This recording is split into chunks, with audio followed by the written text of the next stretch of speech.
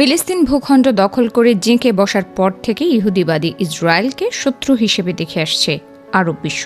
মুসলিমদের পবিত্র স্থান জেরুজালেম দখল এবং ফিলিস্তিনের নিরীহ মানুষের ওপর অত্যাচারের কারণে সৌদি আরবের দুই চোখের বিষ ছিল ইসরায়েল।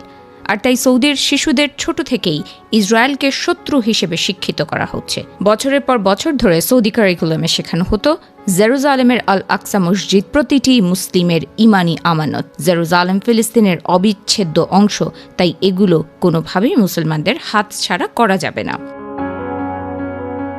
কিন্তু দিন যতই যাচ্ছে ইসরায়েলকে নিয়ে ততই ভোল পাল্টাচ্ছে সৌদি আরব। যুক্তরাষ্ট্রের ছত্রছায়া থেকে দখলদার ইসরায়েলকে নিয়ে ধীরে ধীরে মনোভাব শিথিল করছে দেশটি। সেই ধারাবাহিকতায় এবার স্কুল পাঠ্যক্রমে ইসলাম, ফিলিস্তিন, জেরুজালেম ও ইসরায়েল নিয়ে বেশ কিছু পরিবর্তন এনেছে সৌদি সরকার।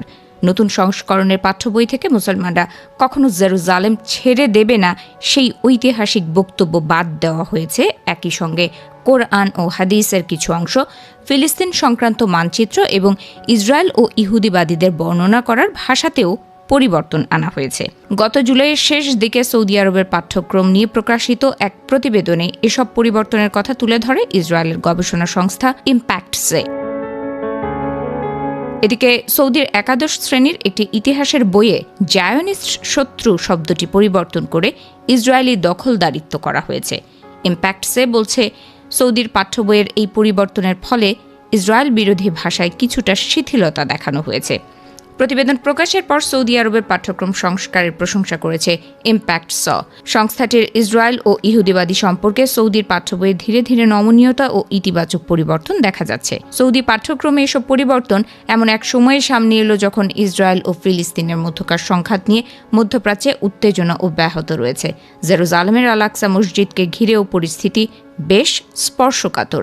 একই সময়ে ইসরায়েলি নেতাদের পক্ষ থেকে আল আকসার ভবিষ্যৎ নিয়ে বিতর্কিত বক্তব্য এবং অধিকৃত ফিলিস্তিনি ভূখণ্ডে ইসরায়েলি বসতি সম্প্রসারণের বিষয়টি আন্তর্জাতিক অঙ্গনে সমালোচিত হচ্ছে।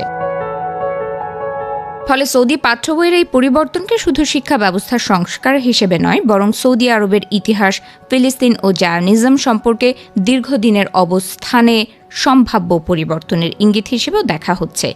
আব্রাহাম অ্যাকর্ডসের ধারাবাহিকতায় সৌদি আরবকে দিয়ে ইসরায়েলকে দেশ হিসেবে স্বীকৃতি দেওয়ানোর জোরালো কূটনৈতিক প্রচেষ্টা চালাচ্ছে যুক্তরাষ্ট্র।